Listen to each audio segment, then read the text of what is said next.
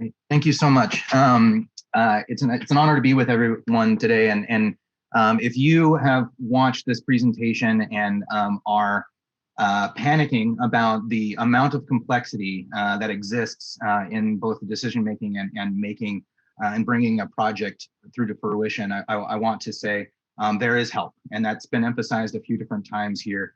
And I just wanted to kind of provide some resources, or at least a resource that will point you to further resources as you are contemplating what you might be interested in doing with your building. So in case you didn't try to screenshot every single piece of these presentations, which I think are going to be made available, I wanted to highlight the Manhattan Borough President's action guide for land use and zoning for religious facilities. I had the pleasure of helping to facilitate a host of conversations and sessions with various stakeholders, including many of the folks on this panel who have presented today, to really delve into every single issue that was covered very briefly, and each one, was a multi-hour kind of engagement with multiple presentations. So there's a lot of information, and this is just the start.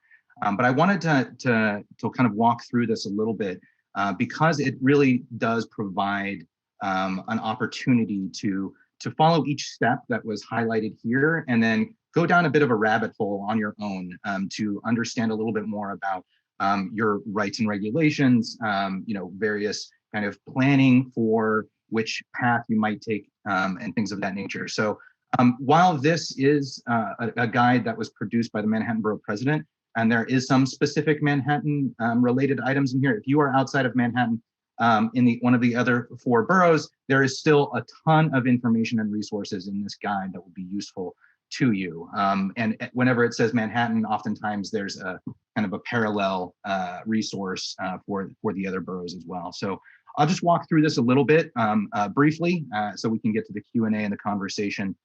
But what this guide does is it goes through and it first talks about the issue. I will highlight what was spoken about at the beginning, where there has been many communities that have been taken advantage of.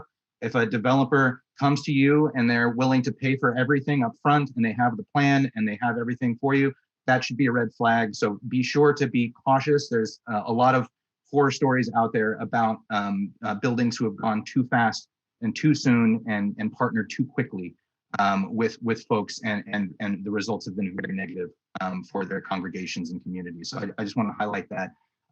So that's kind of the larger context that this action guide took place the Religious Facilities Task Force took place to kind of answer and give resources to. So it provides a little bit more detail about roles and responsibilities, the roles of the Attorney General, of your potential denomination or overseeing agency. It provides some of the questions. They refer to this as the commandments for potential decision making. And so it has a 10 questions that you're going to want to ask yourself. It touches base and kind of tracks along with a lot of the steps that Jason made. So you can take a look at this and it'll help in your decision making process as well. Then it really gives you kind of a few different paths. So if you want to stay in place and you just need some repairs or things of that nature, it gives you some resources as to who to ask and where to go. If your intent or interest is to have your building somewhat remain the same, but you have material needs and resources or material needs, capital needs for your building, it provides some guidance there. If you are interested in development, it has some of the kind of resources that will help you walk through the steps towards looking into the redevelopment of your property, whether or not you stay or are interested in going.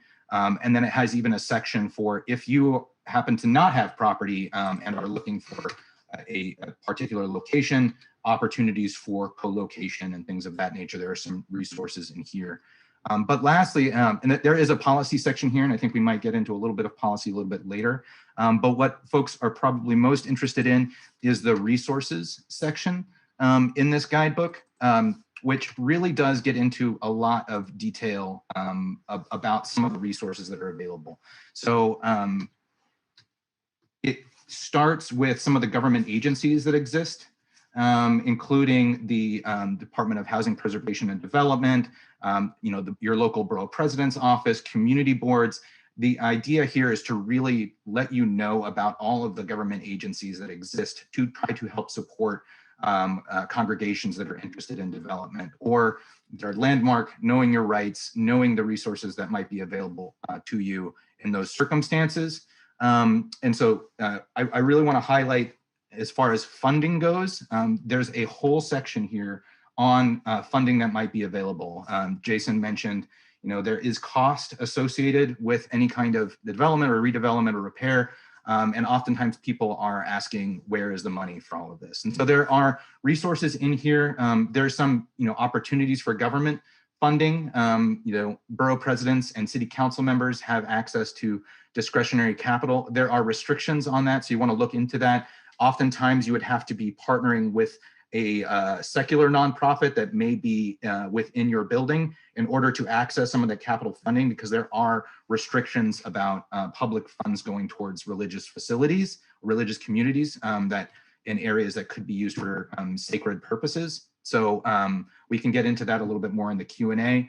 But then it really also gets into some of the opportunities and funding sources for pre-development and legal that might be available, including Enterprise Community Partnership as a faith-based development initiative, and they have worked with multiple congregations in the city and in really kind of moving and supporting in the pre-development space and trying to get you towards a project. Because once you do have an executable project, there's a lot of structures that are available to get capital subsidies for the actual construction, but a lot of that cost is upfront on the pre-development side. So Enterprise has some opportunities for resources, as does LISC, which was mentioned before, the Local Initiative Support Corporation.